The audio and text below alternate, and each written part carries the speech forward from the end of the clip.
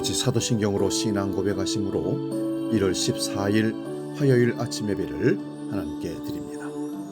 나는 전능하신 아버지 하나님, 천지의 창조주를 믿습니다.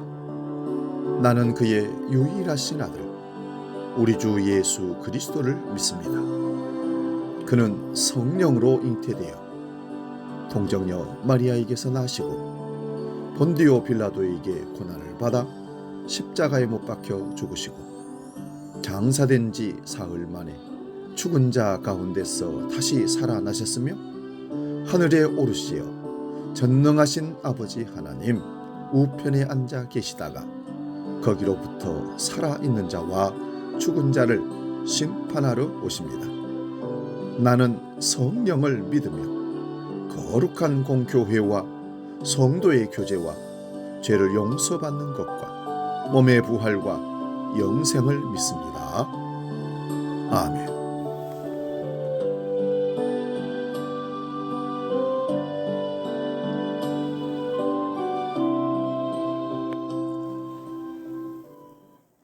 찬송가 502장 빛의 사자들이여 함께 찬송합니다.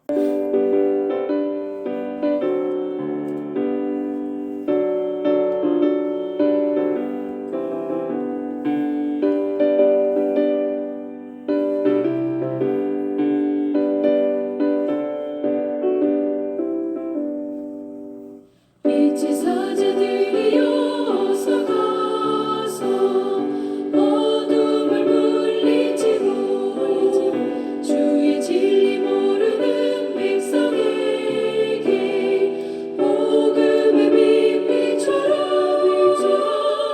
빛의 사자들이여 복음의 빛 비춰라. 죄로운 밤 밝게 비춰라. 빛의 사자들이여 선한 사역 위하여 힘을 내라. 주와 함께 하시겠네. 주의 크신 사랑을 전파하며 복음의 빛 비춰라.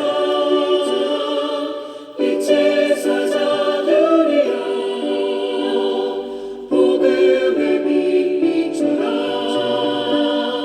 죄로운 밤 밝게 비춰라. 빛의 사자들이여. 오늘 아침 우리에게 주시는 하나님 말씀은 신약성경 요한복음 1장 9절에서 13절까지 말씀입니다. 신약성경 142면에 있습니다. 요한복음 1장 9절에서 13절 봉독할 때에 살아계신 주님의 음성을 들을 수 있기 바랍니다. 지금 봉독합니다.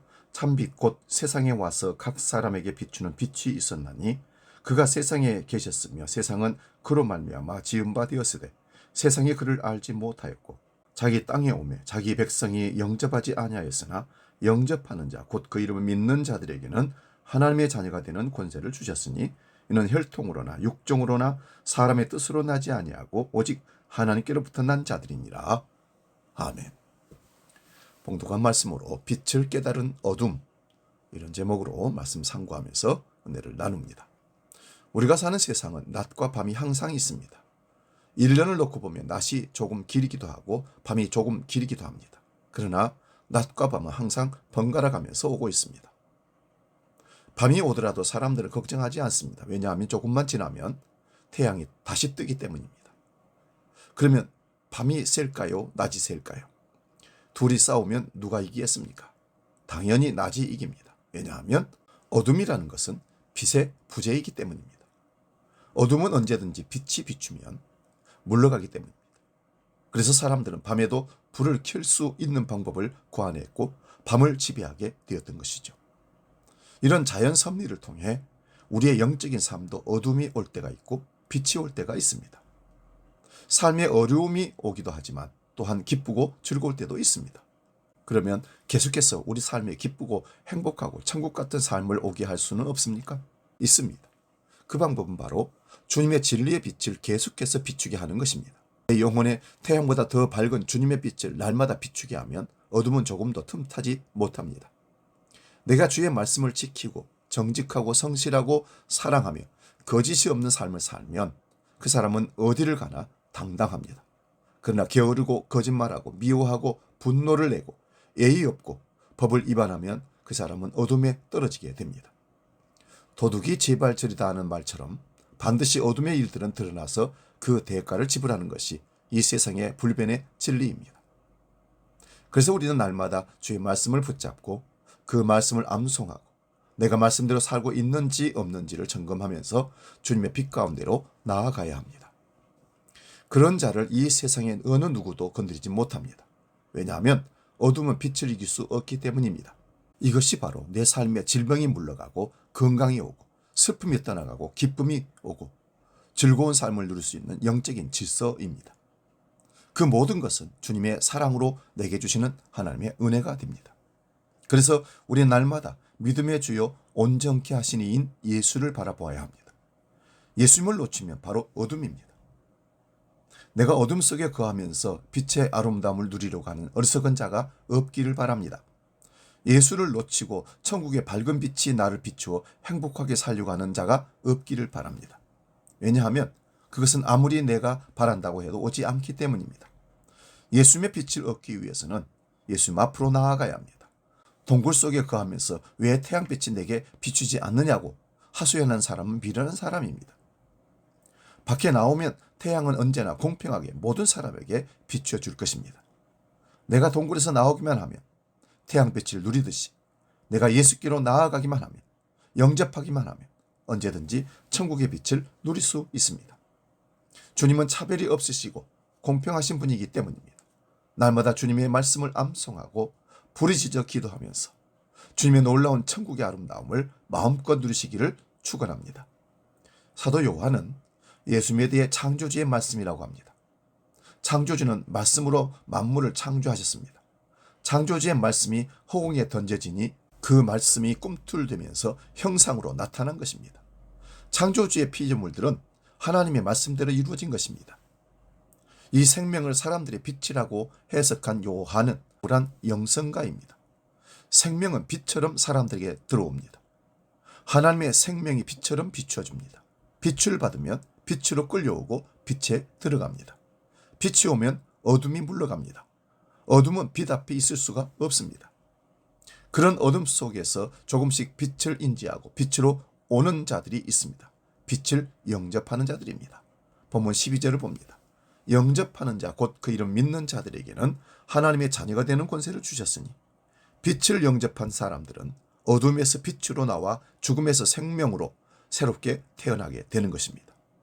그들은 사람의 의지가 아닌 오직 하나님이라는 원인으로 그렇게 된 것입니다. 예수님의 이름을 믿고 영접할 수 있는 것은 신비입니다. 하나님의 자녀는 빛으로 비추이신 예수 그리스도의 생명의 씨를 받아 하나님의 유전인자로 태어난 새로운 피조물, 새로운 존재입니다. 이것을 은혜라고 합니다. 은혜는 예수님의 십자가 이전에 빛이 비추이신 신비에서부터 시작되었습니다. 은혜 받은 자들은 빛에 계속 비치다 보면 빛에 녹아 들어가 빛이 됩니다. 빛과의 분리가 아닌 일체입니다. 빛이신 예수 그리스도의 한 조각이 된 것입니다. 빛으로 비추시는 성령님이 내 안에서 일체가 된 하나님의 새로운 존재 신비를 우리로 하여금 경험케 합니다. 하나님의 영광이 된 것입니다. 이것이 빛의 자녀의 권세이며 능력입니다. 행위가 아니라 존재로 된 것입니다. 빛으로 나아가서 빛을 받는 것이 능력입니다. 나에게 빛이 없으면 무능력입니다. 빛이 능력입니다. 빛이 부어져 하나님의 영광이 되는 것은 성도의 존재감입니다. 우리는 스스로 구원에 이를 수는 없는 철저한 무능한 존재이지만 하나님이 우리의 빛이 되시기에 어떤 절망 속에서도 소망이 있습니다. 우리는 돌아온 탕자의 아버지에게 그 소망의 빛을 찾을 수 있습니다. 빛이 비추이고 어둠이 떠나가며 어둠 속의 죄와 저주의 결박이 풀어지고 빛 가운데 능력으로 살아가시기를 주의 이름으로 축원드립니다. 기도하겠습니다. 하나님 아버지, 이 땅에 살아가면서 어둠이 빛을 받아들이며 빛이 되듯이 우리 속에 있는 어두움이 예수 그리스도의 밝은 빛으로 물러가게 하시고 광명천지의 천국의 삶을 경험하는 아름다운 주의 백성들 되게 하여 주옵소서. 새해가 시작되어 시간이 흐르고 있는데 아직도 어둠 속에 앉아 있다면 빛을 비춰 주시옵소서.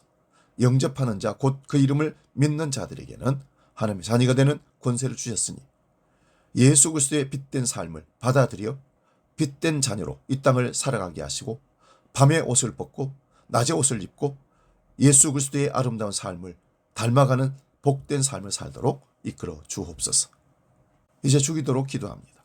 하늘에 계신 우리 아버지, 아버지의 이름을 거룩하게 하시며 아버지의 나라가 오게 하시며 아버지의 뜻이 하늘에서와 같이 땅에서도 이루어지게 하소서. 오늘 우리에게 일용할 양식을 주시고 우리가 우리에게 잘못한 사람을 용서하여 준 것 같이 우리 죄를 용서하여 주시고 우리를 시험에 빠지지 않게 하시고 악에서 구하소서. 나라와 권능과 영광이 영원히 아버지의 것입니다. 아멘.